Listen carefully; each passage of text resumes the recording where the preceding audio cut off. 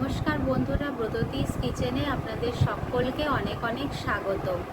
আজকে আমার রেসিপির নাম মাটন কারি। চলুন দেখে নেই আমি কিভাবে মাটন কারিটা তৈরি করলাম।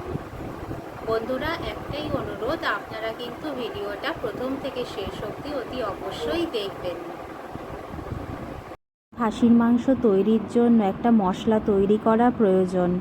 সেই কারণে আমি নিয়েছি 3টে পেঁয়াজ, কাঁচা লঙ্কা, রসুন, আদা আর টমেটো। আর নিয়েছি 1 চামচ জিরে, ধনে, শুকনো লঙ্কা। এবার আমি মশলাটাকে পেস্ট করে নেব।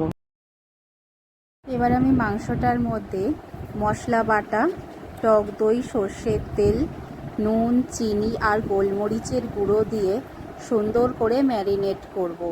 ম্যারিনেট করে মোটামুটি 45 মিনিট মতন রেখে দেব, যাতে মাংসটা সুন্দর নরম হয়।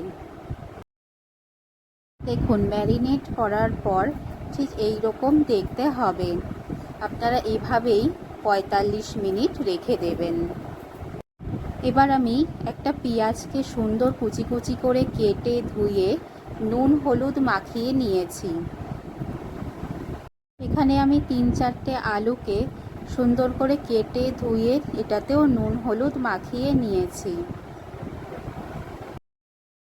এবার কড়াইতে তেল গরম করে আমি আলুটা ভেজে নিচ্ছি।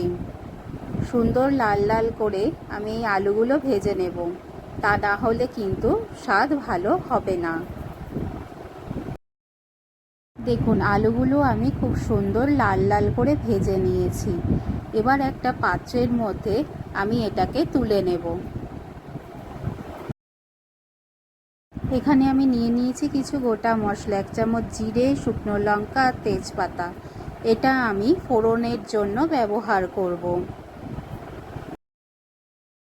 আলু ভাজার তেলের মধ্যেই আমি দিয়ে দেব এই গোটা মশলাটা, দিয়ে সুন্দর করে নেড়ে নেব যতক্ষণ না পর্যন্ত এটা ভাজা ভাজা হচ্ছে। এরপর আমি এর মধ্যে দিয়ে দেব সেই কেটে রাখা পেঁয়াজ কুচিটা, দিয়ে সুন্দর করে ভাজা ভাজা করে নেব। এরপর আমি এর মধ্যে দিয়ে দেব ম্যারিনেট করা মাংস।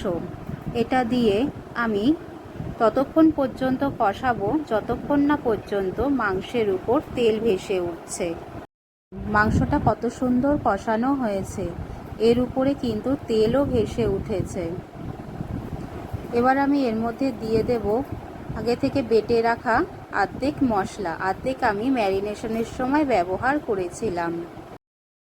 মশলা দিয়ে কিছুক্ষণ কষিয়ে এবার আমি এটাকে প্রেসার কুকারের মধ্যে নিয়েছি। খানিকটা জলও দিয়ে দিয়েছি। এবার 10-12টা সিটি দিয়ে আমি এটাকে ফুটিয়ে নেব। এখানে একটু কাজু আর সাদা তিল আমি বেটে নিয়েছি। মাংসের সিটি দেওয়ার পর এটা আমি তার মধ্যে দিয়ে দেব, তাতে কিন্তু স্বাদটাও ভালো হবে। এরপর আমি আলু দিয়ে আরও একখানা সিটি দিয়েছি। এবার কাজু বাদাম আর সাদা তিলের পেস্টটাও আমি এর মধ্যে দিয়ে দিয়েছি। দেখুন কালারটা কত সুন্দর হয়েছে। এবার আমি এর মধ্যে দিয়ে দিচ্ছি গরম মশলা, দিয়ে এটাকে আমি কিছুক্ষণ ঢেকে রাখবো। ব্যাস, তাহলেই কিন্তু রেডি হয়ে যাবে খাসির মাংসের পাতলা ঝোল।